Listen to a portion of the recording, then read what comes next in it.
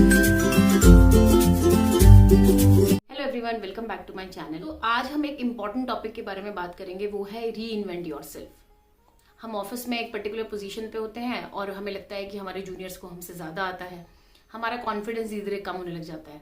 हमें लगता है कि उन्हें ज़्यादा अच्छे ग्रेड्स मिलेंगे और उन्हें ज़्यादा अच्छे प्रमोशंस मिलेंगे, बिकॉज हमारी नॉलेज एक पर्टिकुलर लेवल तक आके स्टैग्नेंट हो जाती है। ऐसा हमारी पर्सनल लाइफ में भी हो सकता है। शायद हम हेल्थ वाइज भी एक स्टैग्नेंसी में आ सकते हैं। तो एक पॉइंट ऐसा ज़रूर आता है जब हमें ये लगता है कि हमें अपने आप को री इन्वेंट करना चाहिए। और ये न्यू ईयर के टाइम पे हमारे दिमाग में कुछ ज़्यादा ही आता है कि ऐसा क्या करें कि हम अपने आप को फिर से री इन्वेंट कर सकें। आपको याद होगा, मेरे पिछले वीडियो में हमने बात की थी कुकी जार के बारे में, जिसमें हम अपने अचीवमेंट्स को एक कुकी जार में रखते हैं, एक लिस्ट बनाते हैं उन सारे अचीवमेंट्स की जो हमने अपनी लाइफ में अचीव किए हैं, जिससे हमें कॉन्फिडेंस आता है अपनी सक्सेस को आगे लेकर जाने का। इसी बारे में हम आज बात करेंगे। ऐसी 12 चीज़ों के बारे में बात करेंगे जो हमें ज़रूर करनी चाहिए, जिनसे हम अपने आप को री इन्वेंट कर सकते हैं। हैबिट्स, जो चीज़ें हमें उस लेवल तक लेकर जाती हैं जहां हम पहुंचना चाहते हैं। तो वो क्या है, आइए उनके बारे में बात करते हैं। सबसे पहली चीज़ है वेकअप अर्ली। सुबह जल्दी उठना बहुत ही क्लीशे लाइन है और हमारे एल्डर्स हमेशा हमें कहते हैं कि आप जल्दी उठिए, आपको जल्दी उठने से बहुत हेल्थ बेनिफिट्स होंगे, बहुत सारी चीज़ें, पेंडेमिक में स्पेशली। पॉइंट आपको एक और चीज़ देता है, वो है एक्स्ट्रा टाइम।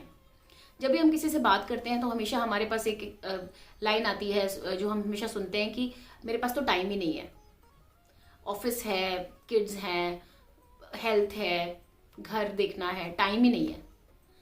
वो जो मी टाइम है वो नहीं निकल पाता, और वो मी टाइम निकलता है जब आप जल्दी उठते हैं।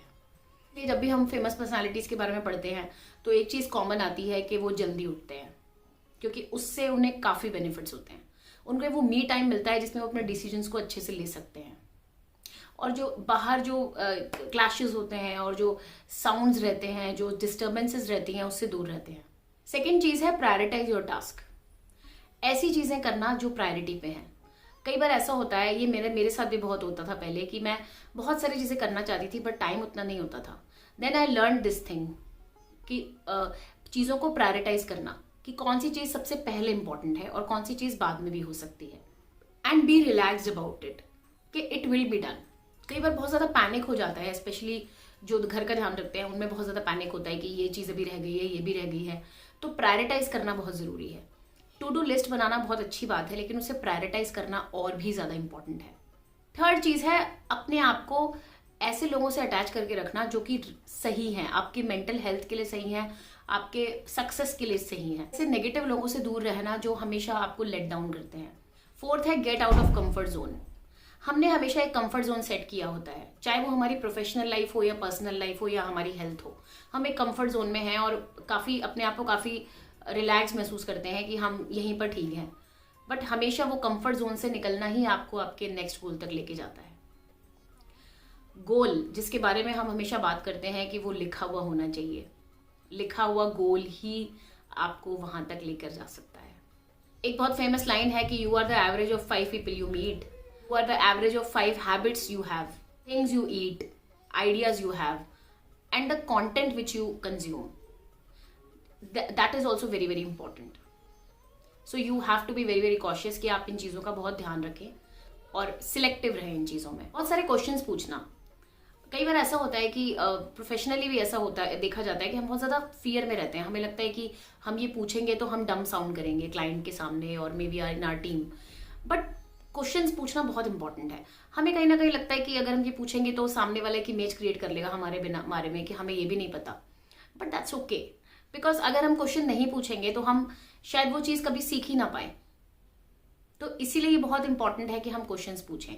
और इसी तरह से फॉर एग्जांपल, मुझे अब एक ऑफिस में एक प्रेजेंटेशन देना है नेक्स्ट वीक, तो सेम तरीके से मैं अपनी प्रेजेंटेशन को प्रिपेयर कर रही हूँ and I am ready for questions.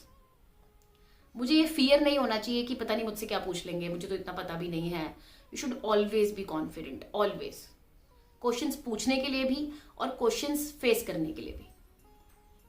You can say that I will get back to you, मैं अपनी नॉलेज एनहांस करके आपको इसका आंसर जरूर दूंगी। You can always say that. एक और इम्पॉर्टेंट चीज़, हमेशा ये ध्यान रखें कि क्या आज आपने किसी की हेल्प की, क्या आज आपने किसी के साथ ऐसा कोई काम किया जो उसकी लाइफ चेंज कर सकता है। कोई छोटा सा काम हो सकता है, किसी की छोटी मदद आपकी छोटी सी मदद किसी की लाइफ चेंज कर सकती है। So we should always be compassionate towards others. कई बार ऐसा होता है कि हम बहुत ज़्यादा इमोशनल हो जाते हैं, बहुत ज़्यादा सोचने लग जाते हैं कि आगे क्या होने वाला है, life after death, specially in pandemic, you know. But the point is कि हम अभी इस प्रेजेंट को जिए और इसी प्रेजेंट में हम ऐसा कुछ करें जो दूसरों की लाइफ को अच्छा कर सके। चेस में एक बहुत फेमस कहावत है कि only good players are lucky, और ये काफ़ी हद तक सही है। अगर आप हार्ड वर्किंग हैं, अपने काम को सीरियसली लेते हैं, आप अच्छे रिलेशनशिप्स बिल्ड करते हैं, तो डेफिनेटली आप लकी होंगे और आप अचीव करेंगे। अब तो हम 10th पॉइंट की तरफ बढ़ते हैं, वो है डेलीगेट थिंग्स। ऐसी बहुत सारी चीज़ें होती हैं जो आपके पास आएंगी, लेकिन आपको उन्हें डेलीगेट करना ही होगा। मैंने कई बार देखा है कि स्पेशली जो घर संभालते हैं उनके साथ ऐसा होता है कि उन्हें हर चीज़ खुद करनी है। उन्हें लगता है कि नहीं हमें ये भी करना है, नहीं हमारे बिना ये नहीं हो पाएगा।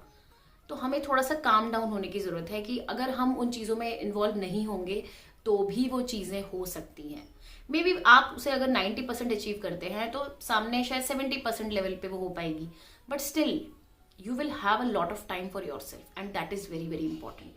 नेगेटिव लोगों को अवॉइड करने के साथ साथ एक और इम्पॉर्टेंट चीज़ है उनके साथ आर्ग्यू न करना। कई बार हमारे आर्ग्यूमेंट्स होते हैं, प्रोफेशनली भी होते हैं, पर्सनली भी होते हैं, सभी के होते हैं, बट हमें हमेशा एक थ्रेशोल्ड पता होना चाहिए कि कहाँ हमें उस आर्ग्यूमेंट को छोड़ देना है। अगर हम उस आर्ग्यूमेंट को नहीं छोड़ेंगे और हम उसे कॉन्टिन्यूसली करते रहेंगे, बिलीव मी, हम अपने आप को ही सबसे ज़्यादा फूलिश साबित करते हैं। अगर आपको ऐसा लगता है कि वो ऐसा एनवायरनमेंट है जहाँ पर बहुत इंपॉर्टेंट है आपका आर्ग्यू करना, may be it can be any deal और समथिंग, बट कई बार ऐसा होता है कि कई ऐसे इररेलेवेंट टॉपिक्स पर हम आर्ग्यूमेंट कर रहे होते हैं जिनका कोई सेंस ही नहीं है। तो आपको हमेशा एक अवेयरनेस होनी चाहिए कि आपका थ्रेशोल्ड कहाँ पर है। ये कुछ चीज़ें थी जिनके बारे में मैं बात करना चाहती थी, और ये ऐसी चीज़ें हैं जो मैंने काफ़ी बुक्स पढ़ के सीखी, काफ़ी लोगों के एक्सपीरियंसेस सुने, और तब जाके ये चीज़ें मैंने भी अपनी लाइफ में इम्प्लीमेंट करने की कोशिश की और मुझे इससे बहुत मदद मिली। तो मैंने सोचा कि ये आप लोगों के साथ भी ज़रूर शेयर करूँ। अगर आपका कोई भी सजेशन हो तो प्लीज़ कमेंट बॉक्स में ज़रूर शेयर करें। अगर आपको मेरा वीडियो पसंद आया तो इसे लाइक शेयर ज़रूर करें और मेरा चैनल ज़रूर सब्सक्राइब करें। एंड नेक्स्ट वीक मैं फिर किसी इंटरेस्टिंग टॉपिक के साथ आपसे मिलूंगी। Thank you so much for your time.